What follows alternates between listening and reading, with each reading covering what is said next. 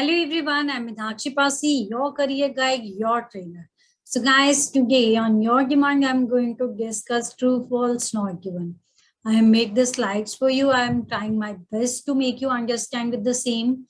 Practice will definitely help you to overcome your problems. So guys, the video is going to be a bit lengthy and it is going to be informative. So I suggest you to stay tuned till end. And if you like the video, if you understand the concept, you can definitely share with others who find problem in finding true, false, not given, or yes, not given. And definitely subscribe the channel so that your subscription motivates us. And guys, do share the link of the channel with those who are preparing for IELTS and who are preparing for PT, or maybe who are improving their English. So our mindset is to just make doubts clear of all these category of the students. So guys, without wasting time, let's start.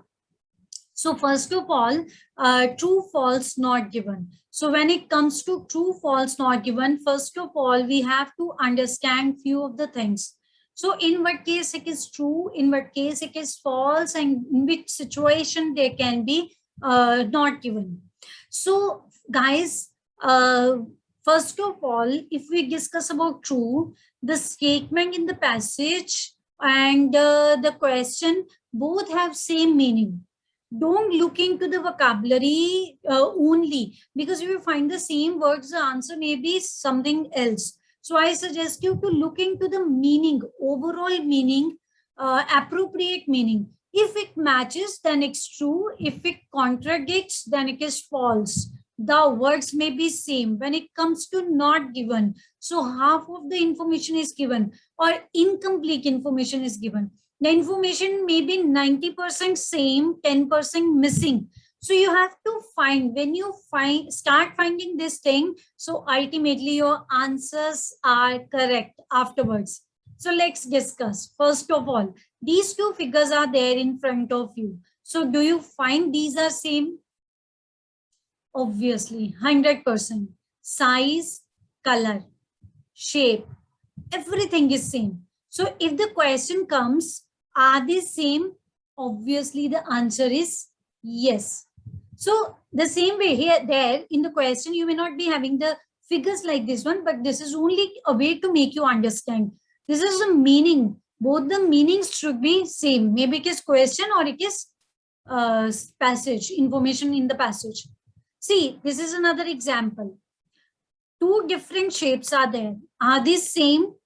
Obviously no, because corners are having difference. So guys, color may be same, but the corners are different. So here answer may be false or no. The both figures are not same.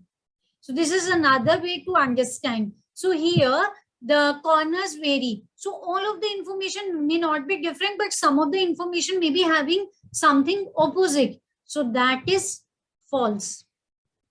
So in this way we find the answer false.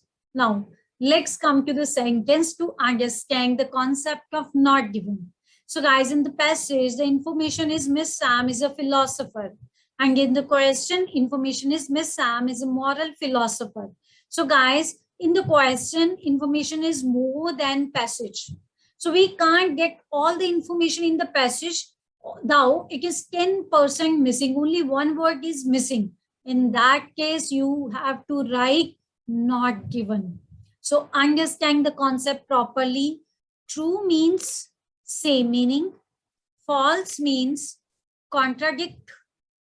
And not given means incomplete information. So when you start understanding these things, your answers are correct. So let's understand now with the help of paragraph and question. I have selected small paragraphs for your better understanding, and my purpose is to make your concept clear. Let's start. So here question is, training and development programs have not been affected by the economic slowdown. So guys, the question, we have to understand it appropriately. Training and development programs not affected by economic slowdown. If we read the passage, although the slowdown is gradually fading away, its impact exists. It hits everyone in a big or small way. The job market is the worst hit. There are retrenchments, salary cuts, freeze on new recruitments, shrinking salary packages, and tight budgets. Even training and development programs for staff have taken a backseat. So, guys, taken a backseat means they are also affected. So, in the question, they say not affected. Here, they have taken a backseat. Now, they do not use the word or a not or any negation is there. Answer will be no. So, if you have to understand properly, we have to understand the question properly and the information given in the passage. There they say the training and development programs have taken a backseat in the question, not affected by economic slowdown. So answer is obviously no. So let's start with another example. So now I'm going to make you understand different thing. The question is, it is better for freshers not to apply for a job during recession. So here it's a suggestion. It's better for freshers not apply job recession. Recession is slump, slow down. Although this slowdown is gradually fading away, its impact exists. It hits everyone in a big or small way. The job market is the worst hit. There are retrenchments, salary cuts, freeze on new recruitments, shrinking salary packages, and tight budgets. Even training and development programs for staff have taken a backseat. Landing a job during these critical times is boon in itself. So means getting job is boon. The question is, it's better for freshers not to apply. They did not mention application should be there or not. They say landing a job means getting a job is boon in itself. It's major thing, but nowhere suggestion has been given regarding application of job in recession. So answer is here in front of you. It's not given. Hope you understand the concept. So now let's start with another example without wasting time. Here, it's important to reveal your salary expectation in the very beginning. It's important. Again, it's sort of a suggestion. Reveal salary expectation beginning. So these are the keywords. So here, before you reach the negotiating table, analyze each component of your salary meticulously and ask for what you really deserve with hundreds of talented workers laid off. There's tremendous competition and even a small mistake on your part can mar chances of selection. Do not reveal what salary you have in mind at the very start. So there, it's important to reveal your salary expectation in the very beginning, and there they say do not reveal what salary you have in mind at the very start. So don't reveal, and it's important to reveal. Both the statements contradict. So answer is no. Understand the question properly, understand the information in the passage properly, then write your answer. It should be logically, meaningfully correct. Now, let's have few more examples. Agreeing on certain aspects during negotiations can have a positive impact. Agree. Certain aspects, negotiation, conversation, positive impact. They say in the passage it's written, negotiate respectfully and thoughtfully by upholding your worthiness. So in the starting, they have told respectfully and thoughtfully. Do not be aggressive and rigid at any cost at any time. Follow the policy of give and take. So give and take means agree. Do not start negotiating immediately on receipt of offer. If you do so, if you do it as soon as you get the offer, you look impulsive. Take some time from the recruiter to study and analyze the benefits of the offer. This time will give you an opportunity to consider the offer in depth. So agreeing on certain aspects can have a positive impact. Obviously, for this, we have to understand. Nowhere clearly it is written, but still they have told that benefits can be there. So answer is yes. It is in front of you. Understand? Again and again, I'm telling, understand the question, understand the information in the passage. Sometimes the words you may get the same in the question and passage, the answer may not be true or yes. It's very, very important to know.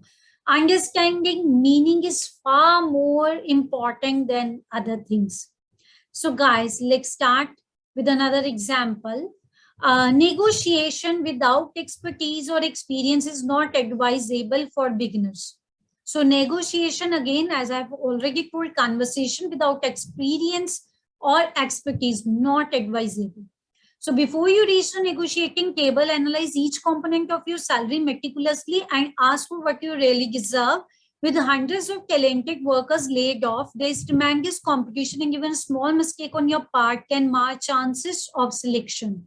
Good planning and preparation should be done much in advance for success, more so if you are a fresher.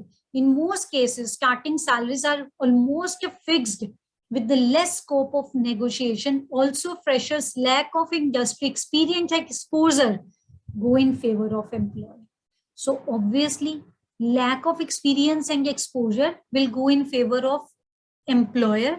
So in the question, negotiating without expertise or experience is not advisable.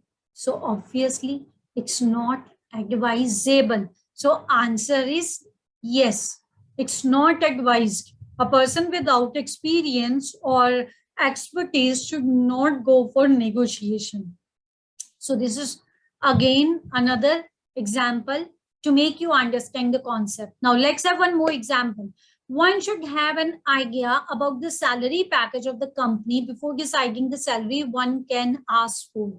Ask for means demand. So the person who is going to do the job must be having idea about the salary package of the company.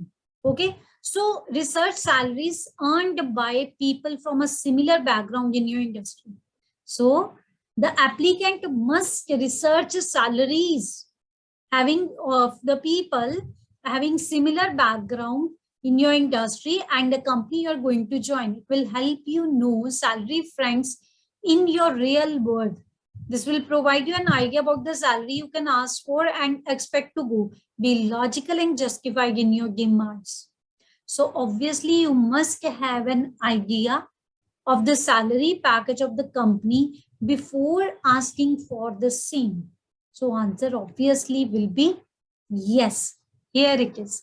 So guys, you must understand the things properly. Going to repeat again. First of all, read the question carefully and you have to mark the keywords. If you are going for pen and paper exam of IELTS, so you can mark. So guys, when it comes to reading, sheet is given to you, pencil is yours, question paper is yours, you have paid for the same. So here, examiner has no objection if you mark your reading question paper. Only reading answer sheet should be neat and clean with the appropriate way. You must be writing your answers appropriately. That I want to say. So next is when it comes to transferring the answers, you must transfer your answers beautifully in sequence, and these should be neat and clean. So there should not be cursive writing which confuses W and M. I am just giving you one example because it's going to be your reading. So scores will be yours. So ultimately, it will be beneficial if you write properly. So this is all my suggestion.